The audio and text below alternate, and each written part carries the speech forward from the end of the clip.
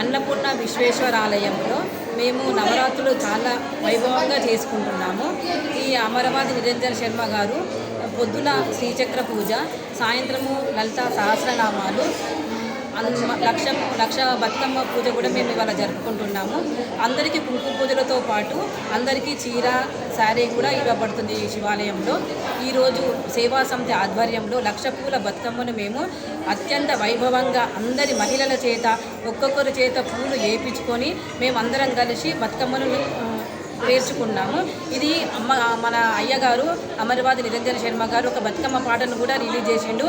అది చాలా మంచిగా మంచి ఎంత బాగా పాట అంటే అసలు మన గజ్వేల్, తెలంగాణలో గజ్వేల్లో ఇదే పాట అతి వైభవంగా పాట ఫేమస్ అయిపోయింది. మా తరఫున సేవా సమితి, అన్నపూర్ణ సేవా సమితి తరఫున పంతులు గారికి మా అభివందనలు. విశ్వేశ్వర ఆలయంలో దేవి నవరాత్రులు అతి ఉత్సవంగా జరుగుతున్నాయి. నేటికి 8వ రోజు, రేపటికి నవరాత్రులు ముగుస్తున్నాయి. అలాగే భక్తులు కూడా తండోపతండాలుగా వచ్చుతున్నారు. మరియు ఈ 9 రోజులు కూడా అన్నదాన కార్యక్రమము నిర్వీర్యంగా సవ్యంగా జరుగుతున్నది. భక్తులు కూడా వచ్చి సద్వినియోగం చేసుకుంటున్నారు. కాబట్టి మరి దాతలకు మరియు ధన రూపేణ, వస్తు రూపేణ ఇచ్చిన దాతలందరికీ కృతజ్ఞాభివందనాలు.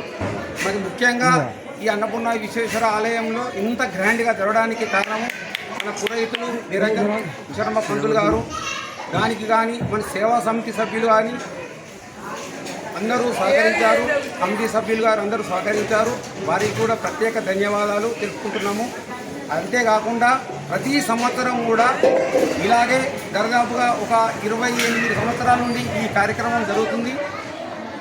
అందరూ దాతలు కూడా సహకరిస్తున్నారు. కమిటీ సభ్యులు కానీ, సేవా సమితి సభ్యులు కానీ అందరూ సహకరిస్తున్నారు.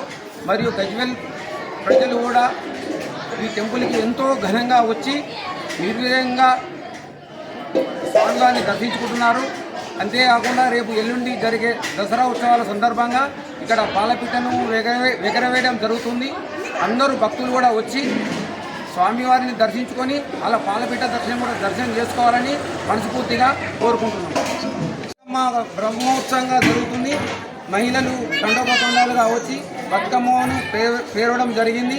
అలాగే సాయంత్రం 4 గంటల నుండి 6 గంటల వరకు మన మందిరంలోనే బతుకమ్మ ఆడి తర్వాత బాజాబంజరీలతో బతుకమ్మ చెరువు గట్టి వరకు పాదాలతో నడుచుకుంటూ వెళ్ళి అక్కడ కూడా బతుకమ్మ ఆడి నిమజ్జనం చేస్తున్నారు. కాబట్టి మీరు కూడా అందరూ కూడా వచ్చి దీన్ని వినియోగించుకొని రాగలరని కోరుతున్నాను.